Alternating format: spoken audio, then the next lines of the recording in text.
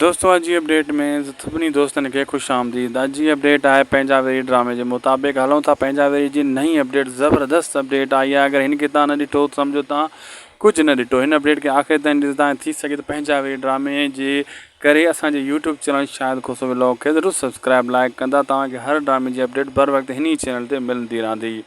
दोस्तों अॼु तव्हां सां हिकिड़ो सुवाल मूं रखियो आहे, तव्हां खे पंहिंजा वेरी ड्रामे में सभ खां वधीक कहिड़े अदाकार जो इंतज़ारु आहे? त बाबा पंहिंजा वेरी ड्रामे में इहो अदाकार हुजे, आज़म मिंगल हुजे ऐं या मूसा यानी लाला रफ़ीक ज़ऊर या अब्बास गुल उडाणो, साईं निसार शाह, असद कुरैशी ऐं ज़ुल्फ़कार बुर्दी या वरी जेको आहे अज़ीज़ सांगी त कोन थो अची सघे यानी हाजन तीवणो।